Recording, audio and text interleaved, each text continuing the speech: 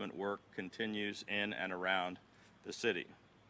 We are also providing logistical support for the city's efforts to stand up a new community-based COVID-19 screening site at the Pimlico Racecourse.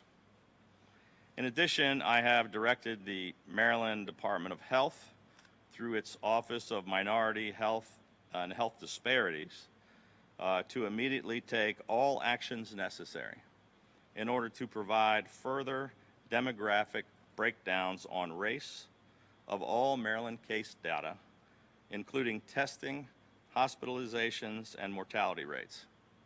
I have also directed them to be as proactive as anyone in the nation on this with respect to the private labs across the country that are not currently tracking or providing this data. Beginning this week on the Maryland Department of Health website, I have directed them to publish everything that is available to us with respect to racial and ethnic demographic breakdowns on coronavirus cases, with instructions to update as new data becomes available. However, I want to caution that 90% of the testing is being done by doctors and hospitals who are sending tests to private labs outside of the state, which have not been keeping such data. And so we do anticipate having significant gaps in the initial data that will be available to us. Our top concern continues to be the fact that we now have cases and/or clusters of cases at 90 nursing homes and long-term care facilities across the state. We were one of the first states in the nation nearly a month ago to issue strong directives to state nursing home facilities to restrict visitor access, to update infection control protocols, and to limit all staff travel. 2 days ago, I enacted an additional executive order to further bolster mitigation and suppression efforts at Maryland nursing homes. All long-term care facilities are required to direct all staff who interact with residents to wear personal protective equipment. All nursing homes are required to create separate observation and isolation areas for residents and to expedite all testing through the Maryland State Public Health Laboratory in order to get results in 24 hours rather than waiting up to 7 days to get results from private labs. In addition, today we are launching statewide strike teams composed of members of the National Guard, representatives of local and state health departments, the Maryland Institute for Emergency Medical Services Systems, and hospital systems to bring triage, emergency care, supplies, and equipment to overburdened nursing homes. We're the first state in the nation to launch such a coordinated response effort. We are activating 3 distinct types of strike teams. First, testing teams, which will identify those in close contact with a confirmed case, collect and send out specimens for the fastest test available, and provide expert instruction on how to keep confirmed and suspected cases of staff separated. Second, assistance teams made up of members of the National Guard who will quickly assess the situation on site, determine equipment and supply needs, and triage residents.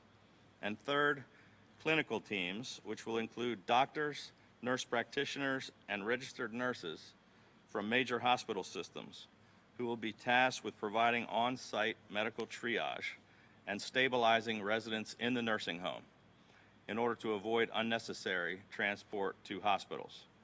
The goal here is not to replace a nursing home's medical and clinical team, but to provide immediate support and assistance to help protect residents of these facilities. The state teams will provide assistance and care to patients immediately in order to slow the spread of this virus among our most vulnerable Marylanders. These strike teams will be activated in response to requests from nursing homes, local health departments, and Maryland Department of Health infectious disease experts. 15 days ago, I issued an executive order which closed all non-essential businesses, organizations, and facilities in Maryland. 8 days ago, I issued a stay-at-home directive. I want to thank the overwhelming majority of our citizens who have remained at home, avoided crowds, and practiced much-needed social distancing, which is the single most important thing that each and every citizen can do right now to help save lives. And we have already seen that these actions and sacrifices are making a huge difference. I also want to thank all the businesses that have complied with these orders and those who have found ways to provide much-needed services while also observing social distancing guidelines. However, there are reports of a few businesses that are failing to comply with the law and who are potentially putting their customers and their staff at risk.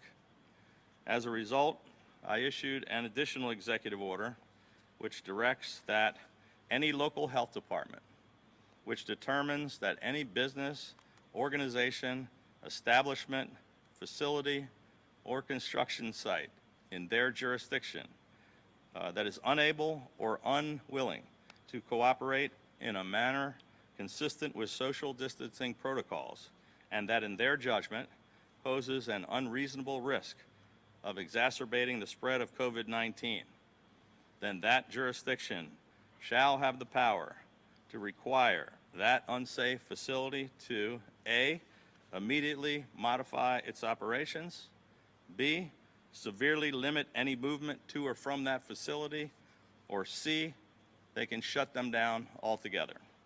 This new order also empowers state and local law enforcement agencies to assist local health officers in the enforcement of this order. Failure to obey the order may be punishable by up to a year in jail or up to a $5,000 fine or both. While social distancing is keeping us physically isolated from one another, there are so many examples in so many ways that this crisis is actually bringing Marylanders closer together with compassion and generosity. Stories like Kavanaugh Bell, a 7-year-old boy in Gaithersburg who used his savings to buy care packs for the elderly and to start a community pantry. And there's a group of more than 100 crafters who came together through Facebook with a mission of sewing masks for healthcare workers and first responders. Or the thousands of meals that local restaurants have made and volunteers have delivered to the doctors, nurses, and staff at Howard County General Hospital. Places like Sailing Specialties, Inc., a marine parts factory in Hollywood, that's Hollywood, Maryland, and St. Mary's County, not Hollywood, California, which has converted its operations to produce 500,000 face shields for medical workers treating coronavirus patients. And Hardwire, Inc., which is an armor manufacturer in Pocomoke City on the Eastern Shore, which in the span of 1 week went from building armor to protect soldiers to making face shields to protect healthcare workers on the front lines of a different kind of battle. There are everyday heroes just like this stepping up all across our state. Since we launched our Maryland Unites initiative 3 weeks ago, we've had an overwhelming response of volunteers and donations, but we still need a lot more help. We need more people volunteering to step up while the doctors, nurses, and others are out there risking their lives on the front lines fighting this virus for us. You can sign up to volunteer in all kinds of ways that are safe and effective, like helping the Maryland Food Bank or giving blood through the Red Cross by going to governor.maryland.gov www.gov/Maryland Unites. Each of the hundreds of unprecedented actions that we have taken over the past 32 days since I declared a state of emergency have been to protect the health, the safety, and the lives of Marylanders. And they have all been guided by a coronavirus response team. And we were proud to have a new member join our team just this morning, Dr. Scott Gottlieb, who most recently served as the U.S. FDA Commissioner. But we have an incredible coronavirus team that is made up of some of the smartest leading doctors and public health experts, not just in the state of Maryland, but in my opinion, frankly, in the world. And I've asked a few of them to join us here today to talk directly with Marylanders about where we are in this fight right now, what we are doing, and what we must continue doing in order to stop the spread of this deadly virus.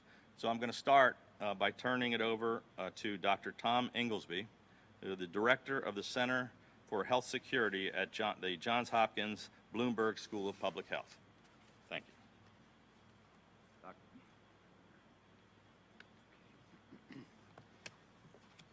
Well, thank you, Governor Hogan. It's good to be with you and your team and to see the truly impressive work that has gone on here in this facility. I have a few comments that are about the importance of social distancing that has been put in place in Maryland. This COVID virus has the ability to spread rapidly and widely in society and in our state. Without social distancing measures in place, on average, one person can infect 2 to 3 others, and each of those 2 to 3 can infect 2 to 3 more, and so on. New generations of cases could occur every 5 to 7 days without social distancing measures. Without a vaccine or a therapy to stop this disease, the only way to slow this virus down is through the social distancing measures that the governor has put in place in Maryland. If this virus were left to spread without social distancing on this scale, then the number of sick people, especially the critically ill, could overwhelm our health system. This pattern is the same around the world. The health systems of the major city of Wuhan in China were driven into complete crisis by this virus, but social distancing measures put in place reduced the spread to now a very low level in that city and in other places in China. Other places in the world, like Singapore and Taiwan and South Korea, have also used social distancing to keep their epidemics under relatively better control than we're seeing in most places in the world. If our health systems were to become overwhelmed, the mortality of this virus would go sharply up, and hospitals would have a difficult time providing medical care, the usual life-saving medical care that they do on a daily basis. We are hopeful that the peak day of our epidemic in Maryland is sometime soon, given how early and aggressive the social distancing measures were put in place. One model that the White House uses has our peak occurring about 10 days from now. And other models have the peak coming a bit later. But models are only best estimates, and models don't necessarily take into account how seriously Maryland has put social distancing measures in place. So we do hope our peak day will be sooner. And there are some encouraging signs. Elsewhere in the world, in Italy, where the epidemic has been quite serious and grave for that country, we have seen daily case counts begin to gradually come down in recent days, believed to be the result of social distancing efforts. In Washington State and in New York and in California, the numbers of new cases daily seems to be leveling off. It's too soon to say, but it may be a trend, again, driven by social distancing. And in Maryland, in the last 24 hours, I know we're going to hear more about this in a moment, we have seen lower numbers of new cases and lower numbers of hospitalization. It's only one day of data, but if confirmed over time, it would be a very good move in the right direction. Once we're able to bring cases down to smaller numbers in our state, it'll be time to consider how to begin to ease social distancing. We'll need to have expanded diagnostics to the point where even the mildest possible COVID cases can be diagnosed on the same day, if possible. We're going to need to make sure our healthcare workers have all the masks and equipment that they need to take care of future potential surges of COVID patients should they occur. And we're going to need to make sure our health departments have hired the people and gotten the technology to closely track and isolate all cases and their close contacts. Meantime, in the short term, the kind of medical surge capacity that has been built in this conference center is an important way to expand our state's capacity to provide medical care for COVID patients in the time ahead.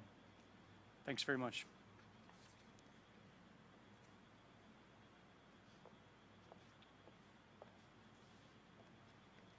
Thank you. And just to introduce two more members of the Governor's Task Force, the Coronavirus Strike Team, we'll start with Dr. David Marcosi, who is Associate Professor and Associate Dean, Associate Director at University of Maryland Department of Emergency Management, followed by Dr. Mitch Schwartz. Dr. Schwartz is the President and Chief Medical Officer at Luminous Health System. Dr. Marcosi. Thank you, Fran. Governor, thank you very much for allowing us to speak here today. I think under your leadership, Maryland is a safer state as a result of the significant actions you put in place, the early actions you put in place to protect our state from this virus. I'm here to talk to you about how the healthcare delivery system is working aggressively to ready ourselves for this virus and the potential surge of patients that we may be seeing.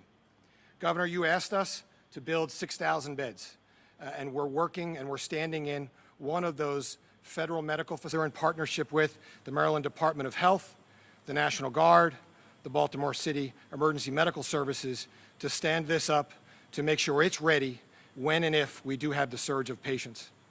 Other healthcare systems across our state continue to have readiness built into what they're doing on a daily basis. Lumeris, MedStar, all of us are working in collaborative efforts to address the potential capacity limitations that we may feel as a result of the burden of disease and the illness that may be presenting to us over the course of the next few weeks. Now is a time for readiness, and I think, Governor, as a result of your leadership, you've demonstrated to us the actions that we need to put in place now to make sure our state, our healthcare system, responds optimally to this event and to this crisis. 3 specific things we're putting in place. One of them is building surge capacity within our hospitals. The second is sites like this, which are external to hospitals, but allow us to decant our hospitals so that the lower acuity patients can be moved to facilities like this, so we as hospitals can make sure we have the capacity to meet the demands of those who are severely ill. And lastly, Governor, you asked us to meet these strike teams, and we are building right now efforts to make sure a doctor, a nurse, a team can go out when you request them to make sure that we can stabilize patients right at location, to make sure, number one, we can test, we can do the right assessments, and number 3, we can provide the right medical care on site to the folks who may need it at long-term care facilities and SNFs. So thank you very much, Governor, for your leadership, and we look forward to partnering with you throughout the rest of this response to this crisis.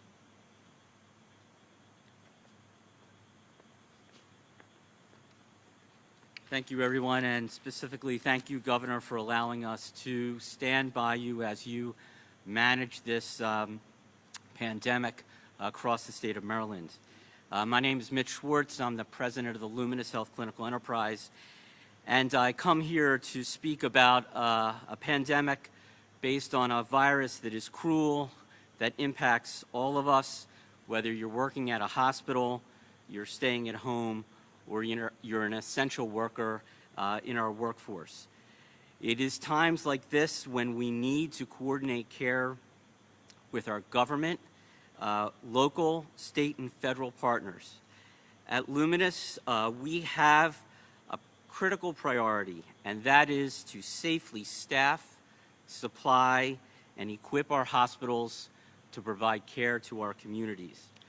We were formed last July, the merger of 2 hospitals, Doctors Community Hospital in Prince George's County and Anne Arundel Medical Center in southern Anne Arundel County. We have 9,000 employees and hundreds of physician offices throughout the area. we'd like to actually give you 3 specific ways we're managing care in the community during this pandemic. First, we have scaled our telehealth abilities dramatically. All of our patients were told to stay at home, and it is our priority to provide access to them during this pandemic. We still have access when face-to-face interactions are required, but we have scaled telehealth, now doing thousands of visits a day. Secondly, we are closely working with local, state, and federal government and partners to prepare for what we believe to be a massive surge in volume over the next weeks. We have looked throughout our hospital facilities to develop space typically not used for patient care and redefine care process to enable our staff to care for all of those patients safely. And third, we have developed a massive plan of redeployment for our medical staff, nurse practitioners, physician assistants, and nurses, retraining them to provide care for that patient population that we believe is coming. So in summary, we have a plan, we are executing that plan, and we want to safely provide patient care with appropriate supplies and equipment at our hospitals. So I want to thank you, Governor, for allowing us to support you. And I also want to thank all the healthcare workers throughout the state, all those workers who care for patients and, more importantly, care about them as well. Thank you very much. I just want to again thank all 3 of these great doctors and their healthcare systems, but all the others that also serve on our response team. There are a number of other ones that aren't represented here today, but they've been incredible. We also have, obviously, we have Deputy Secretary Fran Phillips, who's been a leader. You've seen her at every one of these press conferences. And we have Major General Timothy Gowan from the National Guard here with us as well. Our team at the state level has done an incredible job, and I talk to our state leaders every day. I talk with these smart doctors from all the hospitals. We talk to a bunch of other folks, but you don't see all the stuff going on behind the scenes, but let me tell you, every one of these folks is a superstar, and they've been stepping up, and all the people that work for them are incredible, and we want to just appreciate their teams and all the folks at the hospitals, the doctors and nurses and technicians, all the people in the front lines, but there's an awful lot of other folks too, our citizen soldiers of the National Guard, all the people that work in the health department, every one of our agencies, the folks from DGS and all of our other agencies that work so hard to put up this facility, and everybody else. I just want to say thank you to them. With that, I'll take a few questions.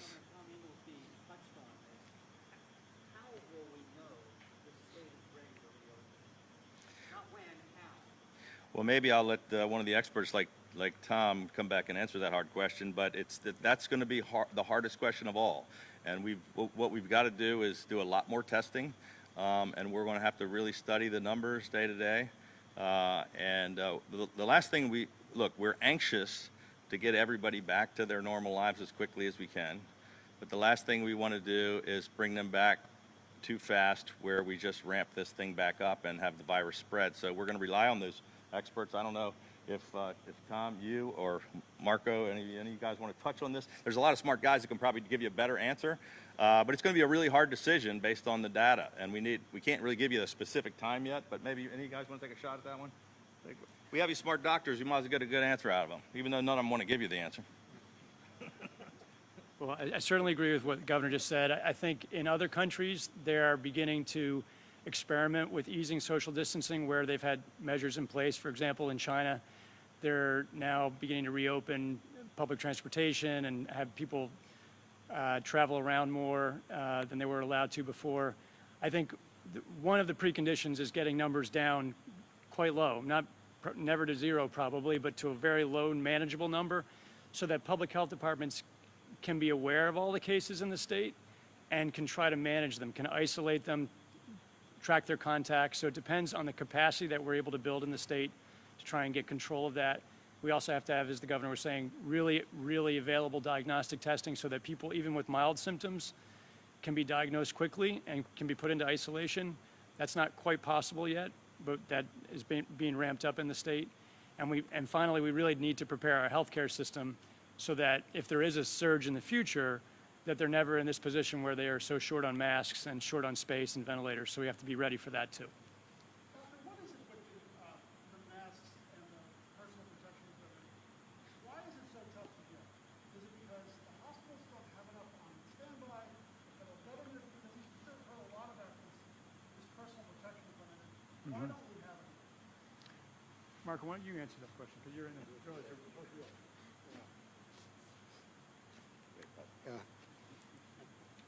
Thank you for the easy question. So I think it's all of those. I think that we have a limitation with regard to how our nation, the importing and the ability to actually get the personal protective equipment. We're looking at across whether or not we have the national capacity to be able to have that, as far as be able to produce it and or import it into our nation. There are all limiting steps with regard to it. In addition to that, the healthcare delivery system has to respond to a surge of patients.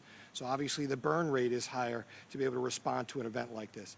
All those factors cascade into making sure we have enough personal protective equipment for our nurses, our respiratory therapists, our doctors, our frontline EMS providers, to make sure that they are the right people who have the right personal protective equipment when they do need to respond. So it's all of those pieces go into factoring to making sure that the personal protective that the responder has on is right, and they have it throughout the entirety of the event.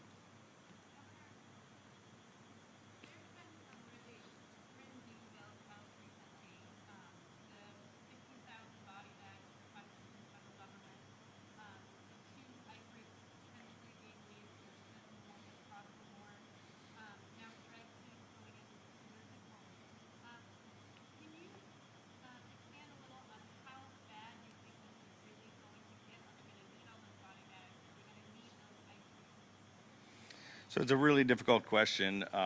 The question is how bad is it going to get? Are we going to need all of those things that? So FEMA put in those requests based on, I believe, what they felt was a worst case scenario, and they're taking steps. Had we not instituted all of the dramatic and unprecedented actions we've taken over the past 32 days, based on the models that we're hearing about from smart people like Dr. Birx and Dr. Fauci and all of the modeling, if we just let this run its course and we had the spike and overloaded the healthcare system, then we would need those kinds of numbers, and the death rates and the infection rates would be astronomical. We believe, and I think these smart doctors would agree, although we don't have exact numbers, that we have dramatically lowered the potential for that, both hopefully in America, but particularly here in Maryland, so that worst case scenario is not going to happen. We don't know exactly, how many people are going to be infected. We don't know how many people are going to be hospitalized or how many deaths. But at least my hope is that we're not going to get near the worst case scenario, that it's going to be hopefully a lot closer to a best case scenario. But I don't know if any of you want to take a shot at that. Did I handle that one? Yeah, it's your turn. Yeah, we'll take 1, 2, 3. Thank you, Governor. So I think all the actions taken by the governor have depressed the peak of case volume, and that saves lives, particularly when hospitals could have been overwhelmed in a way we hopefully won't. But I think we have to recognize that when the peak is lower, the spread of time is still significant, and the resilience of hospital workers, healthcare workers, is going to be called to the table. And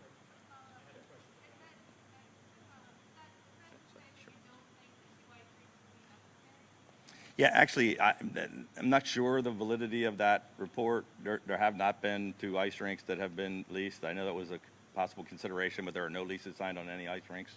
I know that's a possibility of maybe 1, but it's not, actually has not happened yet. But that has happened in other places around the world, and so it's just something that is being considered, but it was a false report to say that two ice rinks had been leased. Well, let me follow up on what the doctor just said. It's important. Had we spiked and had all of this stuff right away, it would have been overloading the system, but it also would have happened faster.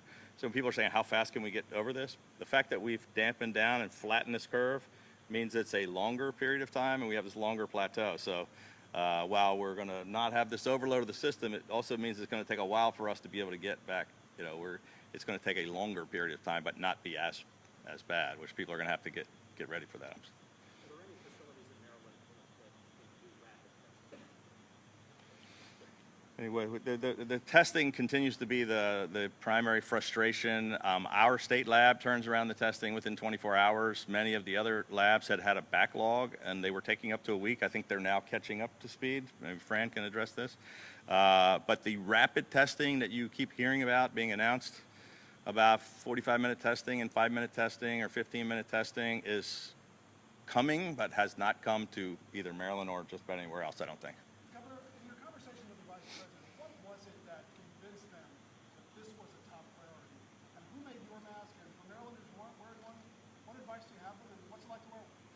So the mask that I was wearing was made by prisoners at the Maryland Correctional Facility, and they're very happy to be doing this and to be a part of the solution, and excited to be, in some way helping their fellow Marylanders.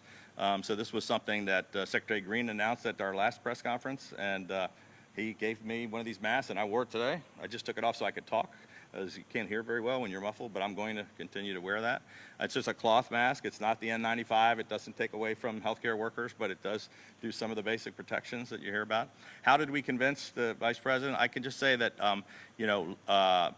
beginning about almost 2 weeks ago, I started placing calls to everyone in Washington and ringing every alarm bell that I could ring about what all of us were talking about and the numbers we were starting to see, and that while they were focused on New York and New Orleans and other places, that don't forget about this right here. And my argument was that the Baltimore-Washington corridor, and that we were so critical to the nation's defense, that it was not just the fact that we had numbers, but that they should pay attention to the fact that I included Maryland, D.C., and Virginia together because it's 400 and some thousand federal workers that they relied on, and it was surrounding all of them. But I put a place to call to the president and multiple calls to the vice president. I talked to Admiral Giroir. I talked to the head of NIH. I talked to Fauci. I talked to Dr. Birx. I mean, I was calling all weekend, late into the night, almost every day for a solid week. And in our last call, the vice president started the thing by talking about he called me this past weekend, said we're going to make Maryland and D.C. a priority. He started the meeting with the governors yesterday saying Maryland is a priority. Dr. Birx then went into a 10-minute discussion with all the governors about each of our counties and what they were going to do. So I think they were looking at the numbers, and the numbers justified what I was telling them. But there's no question. Dr. Fauci I had a conversation with, and he said, I'm leaving as soon as I'm in the parking lot at the White House, about to walk into my coronavirus thing. I promise you I'm going to embrace this again. And he hung up the phone as he was parking his car and went in, and, I must have made, 30, 40 phone calls about this. Spent a couple of weekends doing it. Governor, this has caused a tremendous hit to state revenues. Do you anticipate large cuts to state government or layoffs? We're going to be talking with our budget folks. I don't anticipate. I'm hoping we're going to avoid major layoffs, but there's going to be massive budget problems. I mean, I imagine we're going to. I think we're already at the point where we've spent probably somewhere in the neighborhood of $1 billion to $2 billion, which is a pretty big number. So yeah, there's going to be massive budget problems for us, for every state in America, just like there are major budget problems for individuals and small businesses and large businesses and for the federal government. Yep.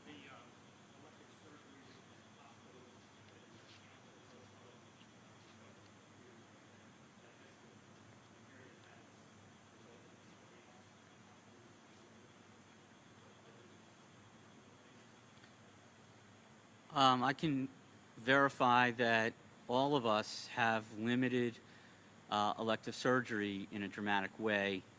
We are not doing a purely elective surgery. I can also tell you, as I described, that we are planning for a substantial surge in volume, and we are redeploying and retraining all of those employees to provide care during that surge. No.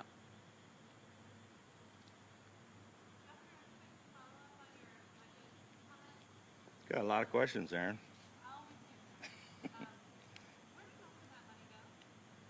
I mean, I can't, I mean, we've spent money everywhere in every single agency, but I can't really tell you exactly where it went. We could probably follow up at a later date, but, you know, right now, the idea is to keep hundreds of thousands of people from getting infected and stop, you know, 10,000 people from dying. So we're not counting every dollar that's being spent.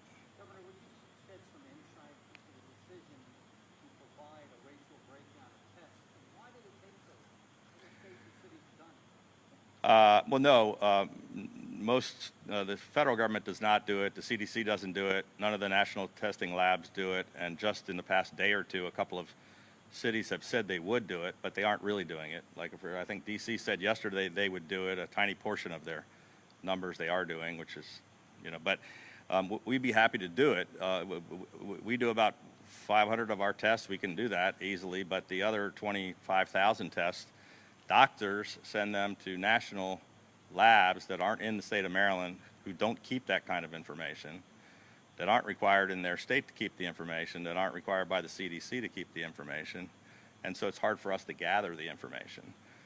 We're going to try to do that, but the last thing I would want to do is to have, you know, all these tests. People say we're not going to go to Maryland because they make us do something we don't do anywhere else, and then people would start dying. So we're going to do our best to keep track of the information without killing people. Last question, please.